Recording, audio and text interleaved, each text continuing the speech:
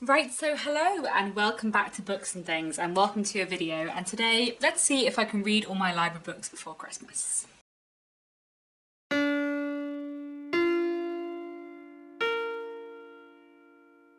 So it is the week before Christmas, and my freelance work is slowing down a bit, so I've got a slightly quieter week, and I thought I would give myself a reading day today.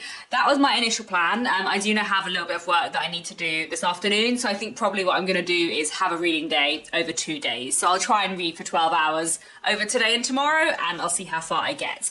And I thought I would dedicate this reading day slash 2 half days to reading the books I have out from the library before Christmas, because I have 3 books out from the library that I would like to finish off before Christmas so that I can give them back to the library, because some of them I have had out for quite a while. So the 3 books I have out from the library are classics, and I'm just going to see how far I can get with them in the next couple of days. So I have already started a bit of my reading day today. It is about 10 o'clock in the morning now, but I have been reading for like the last hour. I just haven't filmed a clip yet. So this morning I started reading this. This is The Hills Were Joyful Together by Roger Mace, and this is a Jamaican classic from 1953. And currently we're following like the lives and financial difficulties and personal relationships of a lot of different characters who live in the same yard in Kingston. It was written during the 50s, but it's set during the 1940s in the Second World War, and so far I'm finding it really interesting. This is about 350 pages, and hopefully I will manage to finish this today. And then another book I have out from the library is this. This is Train to Pakistan by Khushwant Singh. This was first published in the 1950s, but it's set again during the 1940s, set in 1947. This is 250 pages, but I also think it's going to be very heavy, so I don't know how fast I'll end up reading this, but we'll see. And then the other book I have out from the library is Ralph the Heir by Anthony Trollope, which is a Victorian classic, and I have already started this before today. I'm about 100 pages in, and it's about 600 pages long, so we will see how far I get through this. I'm really keen to finish the other 2 over the next 2 days, because then I can give them back to the library. But Ralph the Heir is an older classic, so it's now out of copyright, so I can get it free on Kindle if I need to. So if I don't manage to finish this before Christmas, then I might just give the book back to the library and finish it off on Kindle. But I would rather read as much of it in a physical edition if I can, and I am really enjoying it so far. It has lots of things I expected in an Anthony Trollope novel. We have a lawyer father and his 2 daughters, and he's just adopted his niece who he's never met before. There's a young man who has sort of been the lawyer's ward, who comes to see the family often, and who one of the daughters is kind of in love with. And he's one of those Anthony Trollope young men who is very, very flawed, and I don't know at this stage in the novel whether he is going to be an irredeemably flawed character or a redeemably flawed character. I always enjoy finding out. Anthony Trollope is very good at writing about wayward young men. That young man is called Ralph, I should say. He's the Ralph of the title. So yeah, I'm enjoying Ralph the Heir so far, and I will see whether I get to it later. So I will crack on with reading, and I'll probably check in later today.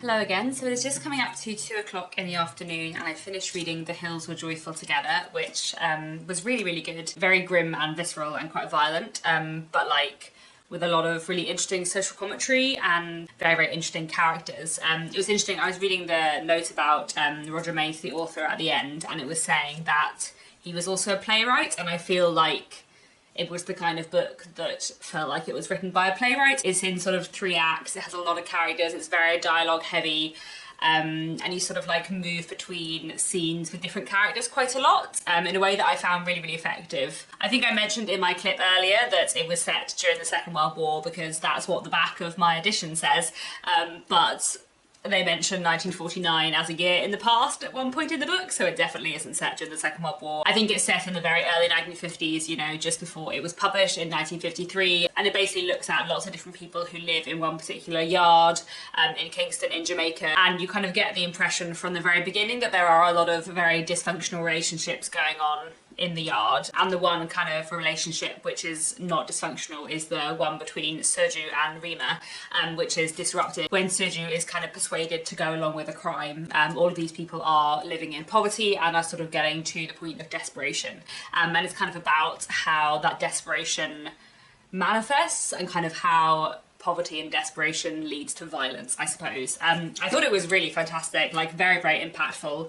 Would definitely recommend. Quite a like grim read, but really, really good. And next I'm going to start reading Train to Pakistan and see how far I get with that this afternoon.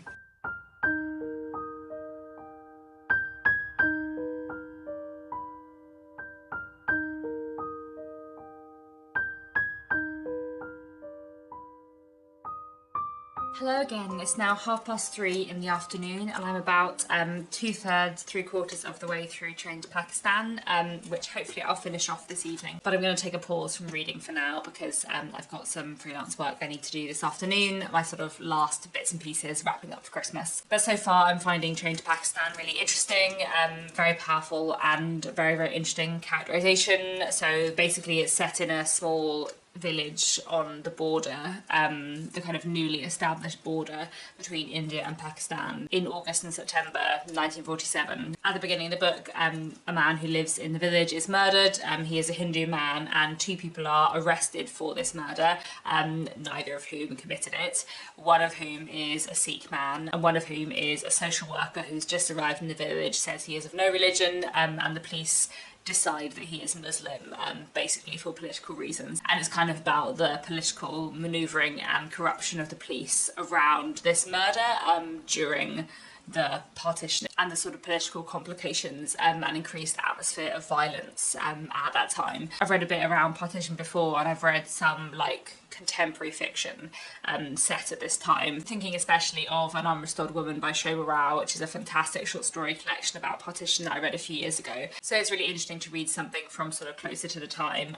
This was written in 1956, I think. So I'm finding this really, really interesting so far. Hopefully I'll finish it later off today, and in the meantime I have a bit of work to do.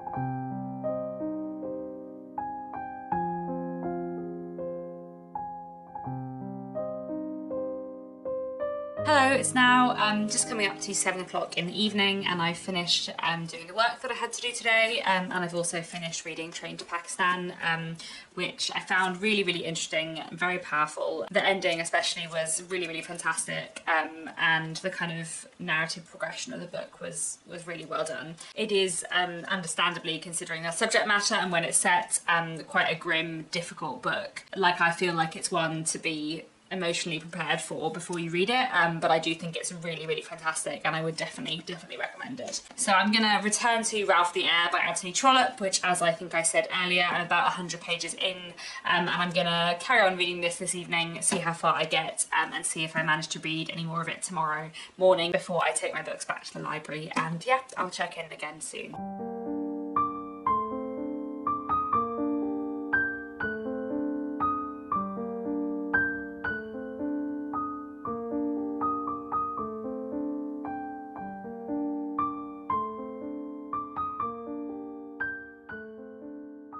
Hello again, it's now about 9 o'clock in the evening and I'm about 1/3 of the way through Ralph the Heir, which I'm really, really enjoying so far.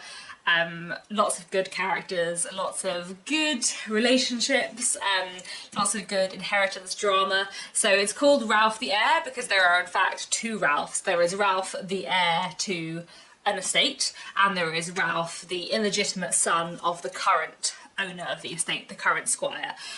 But Ralph, the illegitimate son, can't inherit it because he's illegitimate, so it's going to go to his cousin, Ralph the heir.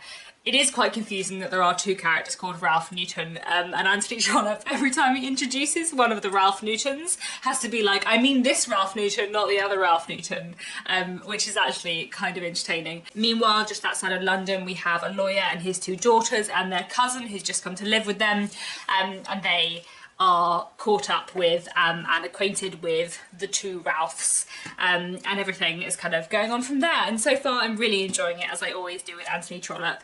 I'm obviously not going to finish this today. I might get through a chunk of it more tomorrow, but I think, to be honest, because I kind of want to give my books back to the library so that errand is done before Christmas, I might end up getting halfway through and then just giving this back to the library and switching to my Kindle.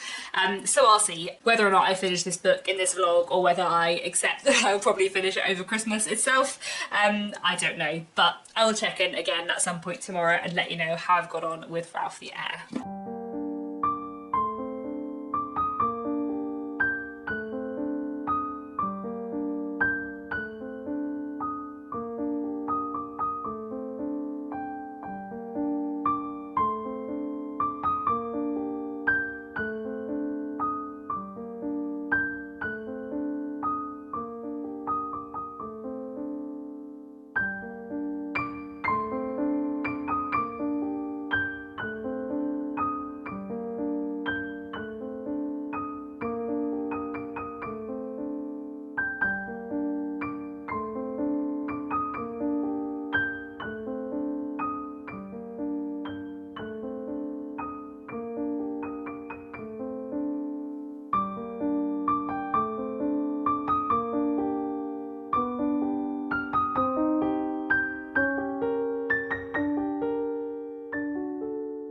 Hello again. So it's now coming up to like 10 o'clock at night on my second 2 half days of reading, and I haven't managed to finish off Ralph the heir. I'm about like 2/3, 3/4, probably 3/4 of the way through. I've got about 150 pages left, and it's very, very, very good, but I'm not going to finish it today. I probably am going to end up finishing it in this edition rather than switching to my Kindle though, because I tried to take my books back to the library and the library was shut.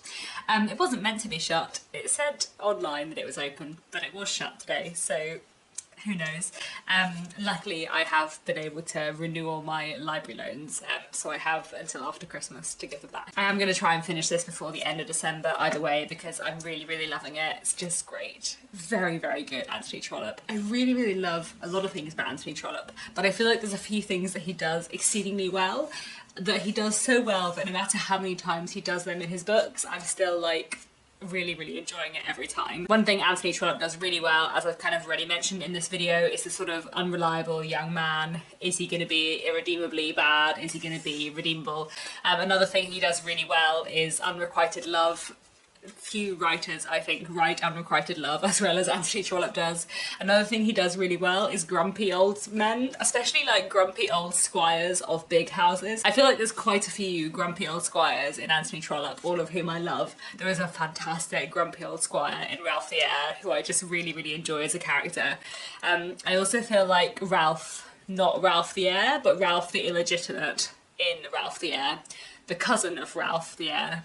Very confusing to have two characters called Ralph Newton, but the other Ralph Newton, the one who is illegitimate, is like one of my new favourite characters in Trollope. I really, really like him. So yeah, so far this is fantastic. I feel like I really need to hurry up and finish this because I wanted to try and film my favourite classics of the year video soon, and I feel like this will be making a last minute entry. This has been fantastic so far, but I still have another 150 pages to go. However, even though I haven't quite finished off Ralph the heir, I do think I'm going to wrap up this video here, as I've come to the end of my 2 days with lots of reading in. So I think this will be my last video before Christmas. I'm going to be off next week. No videos next week, but I'll be back at the beginning of January with many videos. I always enjoy January on BookTube. There's always a lot of fun video content to make about the year to come, reading goals and favourite books of the year and all of that kind of stuff. So yeah, I think that's all for now. Thanks very much for watching, and I'll be back very soon with another bookish video.